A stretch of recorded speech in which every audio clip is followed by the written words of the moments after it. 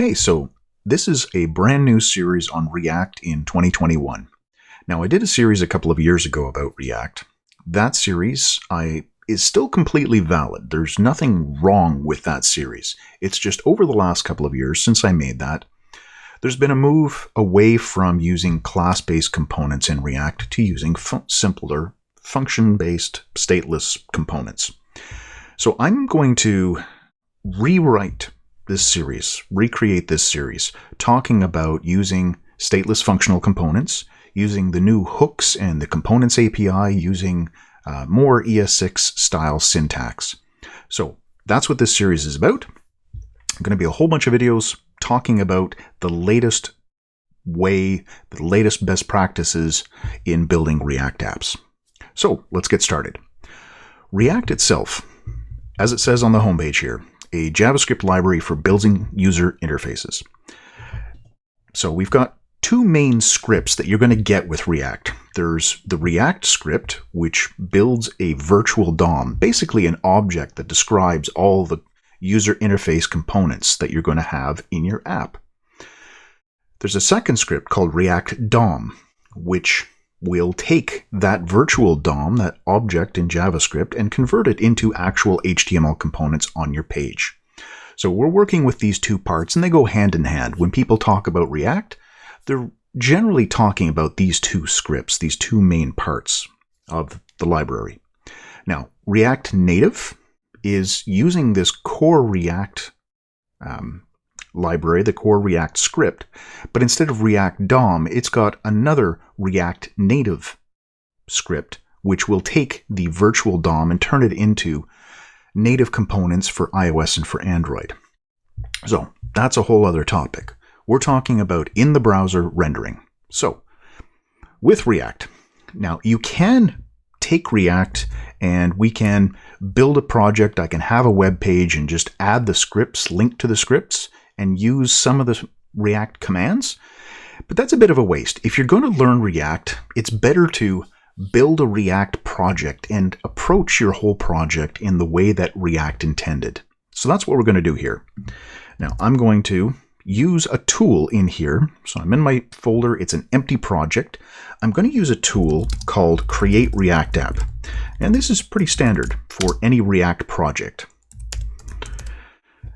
Create React App, it's a node module, and I'm going to use npx to run it. Without installing this globally, without installing this on my computer, npx will download and run this package, and it will create my React application for me and call it this. So this is the folder that's going to get created, and inside that's going to be everything that I need.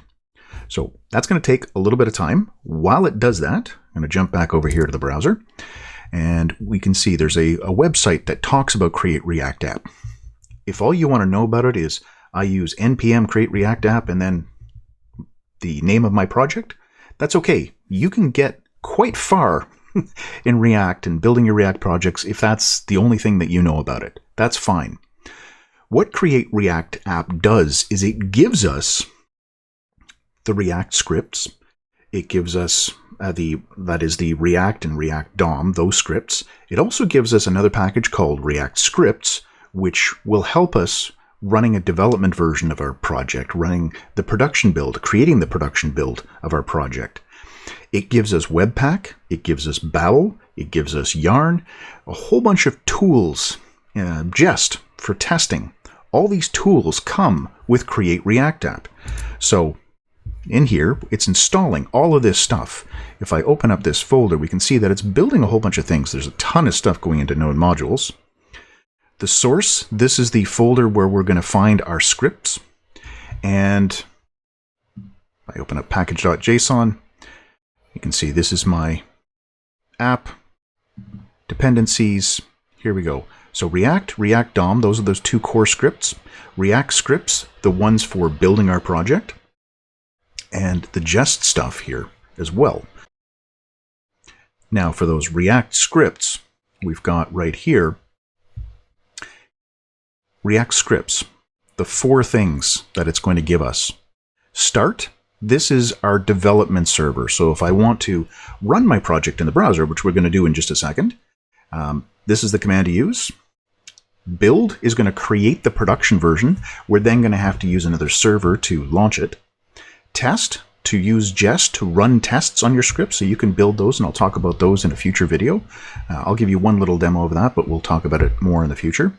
And eject, this is a command that if you're just starting with React, just avoid it. Don't bother using it. What it does is it removes all of this extra tooling, so you're losing all the default things that Webpack and Babel are going to give you, so that you can create your own build process for your project. But chances are you're not going to need to do that. You're not going to come up with a project that is so unique, that has such unique requirements, that you need to get rid of all of the work that's gone into building the default Webpack build.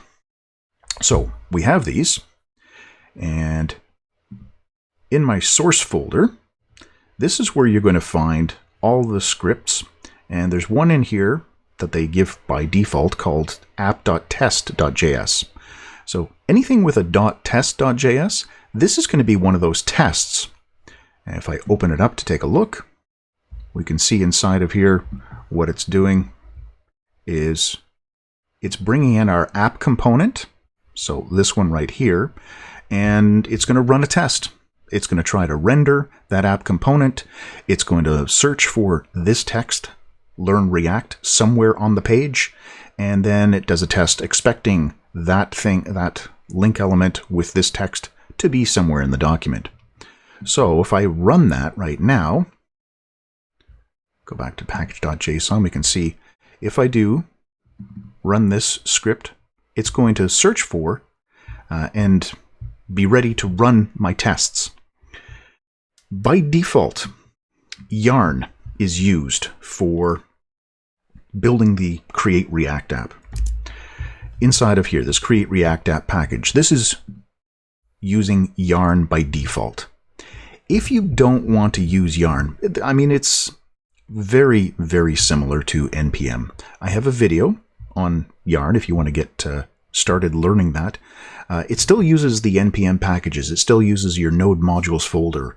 It still has the commands for installing things, just like NPM does. It's just a slightly different approach, and it does a few things that make it a little bit more efficient. So if you want to use that, you get Yarn by default. And it means when you run Create React App, like we did here, all of these helpful instructions that you will see, like yarn test, yarn eject, yarn start, it says Yarn.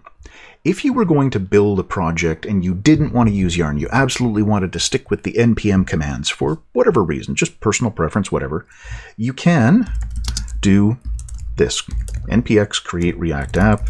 So what, same as we did before, and my other project, my other app, whatever it is, you can add the flag here at the end, use npm.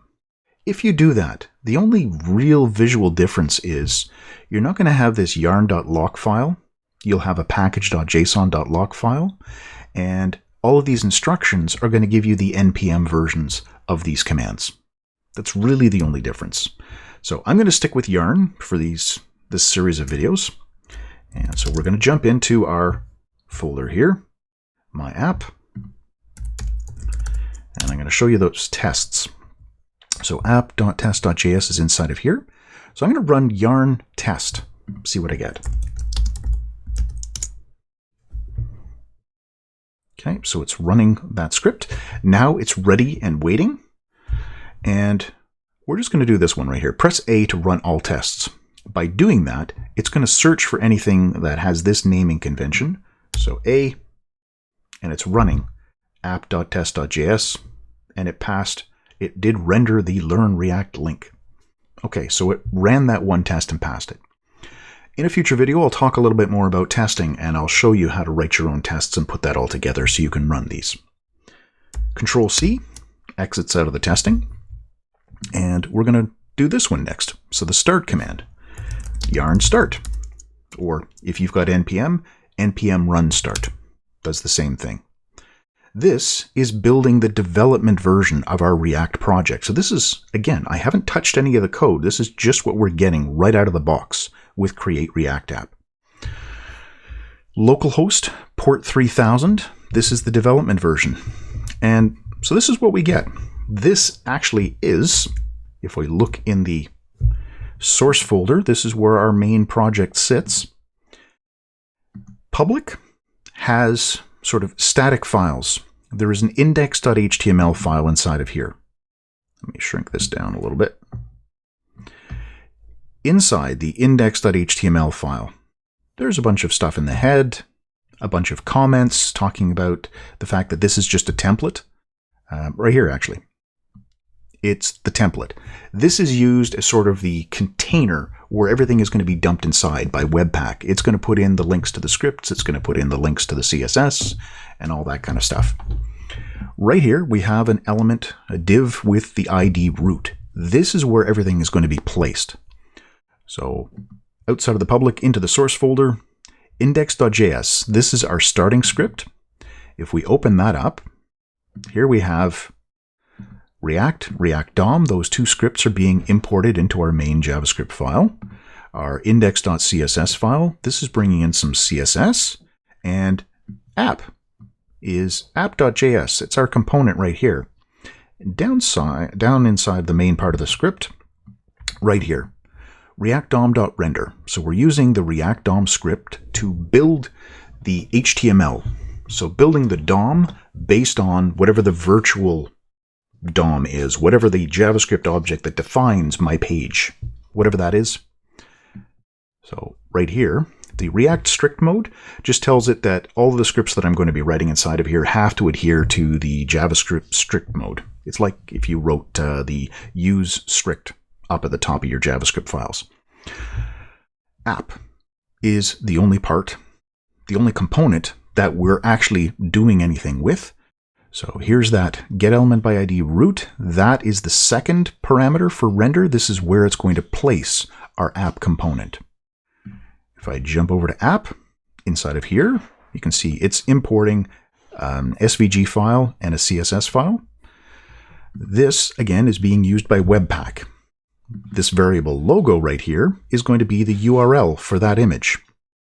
And the reason we do the import like this is so that Webpack knows after it's done the production build or after it does the development build, it needs to know where these files are located.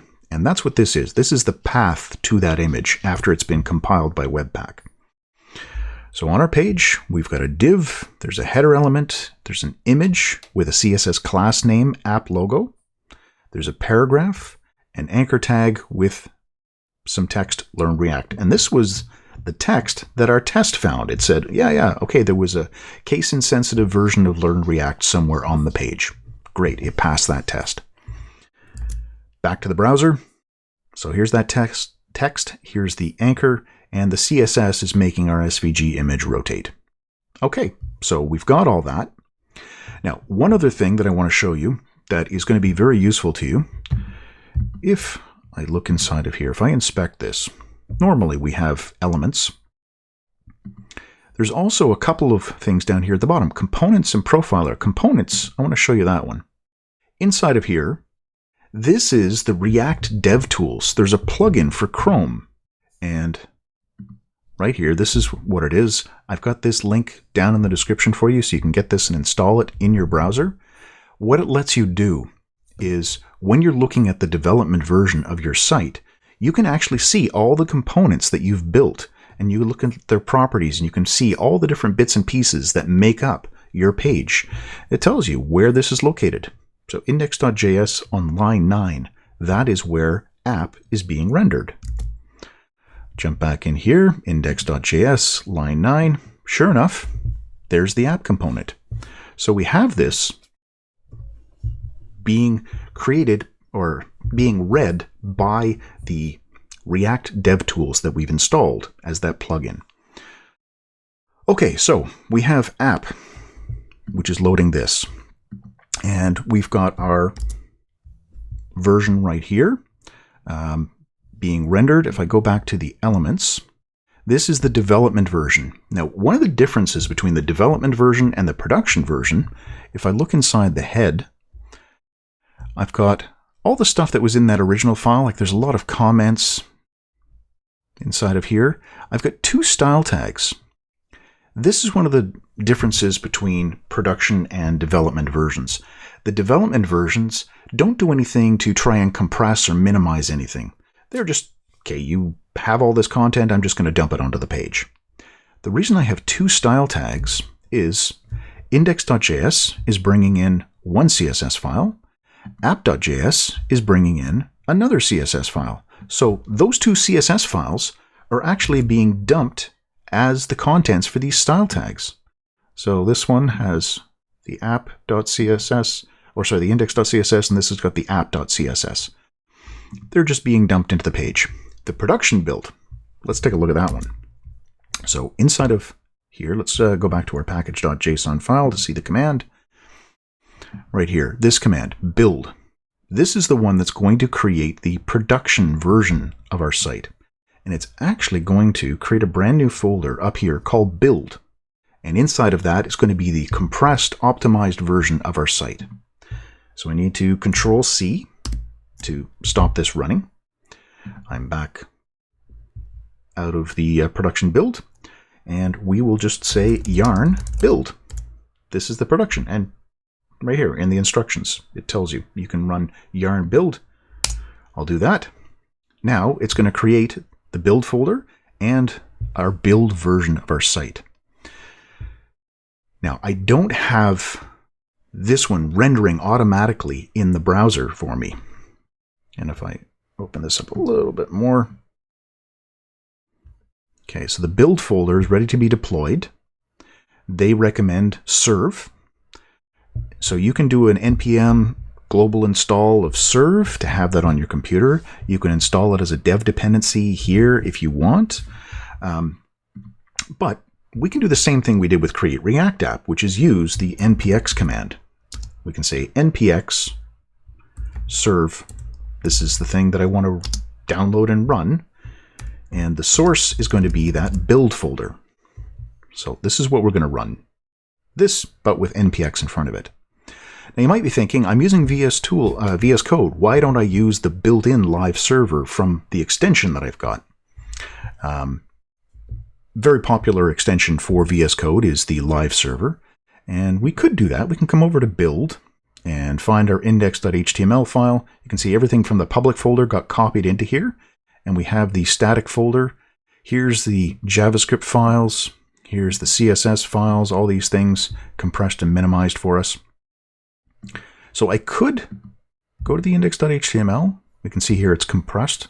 There's no extra white space in here. If I open this with live server, so let's do that. All right. Doesn't seem to be loading properly. Everything's white. I've got a whole bunch of errors. Take a look at these errors. A lot of 404 errors. Hey, I don't know where to find those JavaScript files. I don't know where to find the manifest. I don't know where to find the CSS. So it doesn't understand where everything is. And that's only because live server uses my project folder as the starting point. So it's using that /myapp/build as the root. If we look here, that's what is in the path.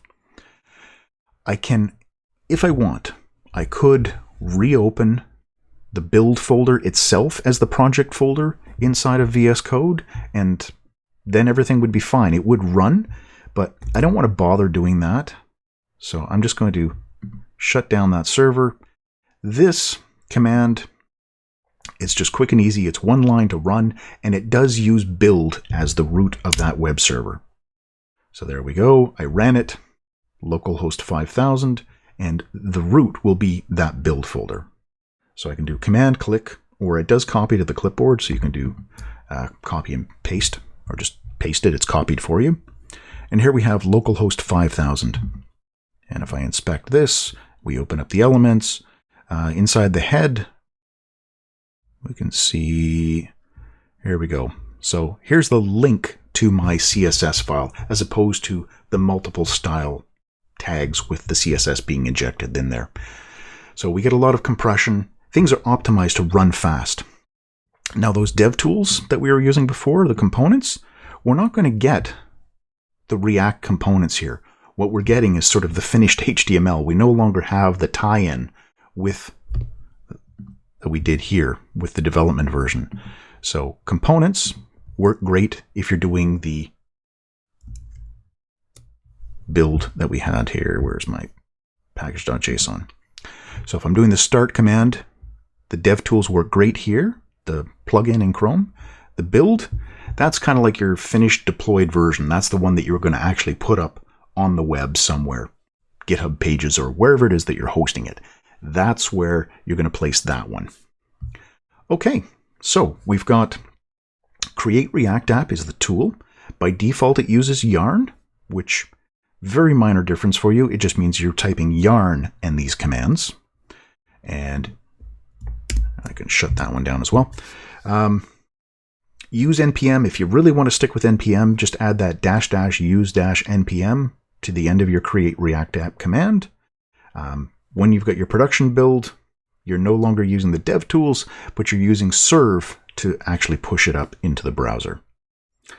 Okay, so that's your general introduction to React. In the next video, we're going to get into actually looking at these components and figuring out how to write stuff like this and getting into app.js and how all these bits and pieces fit together and how we can update it.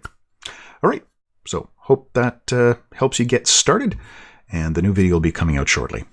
And as always, thanks for watching.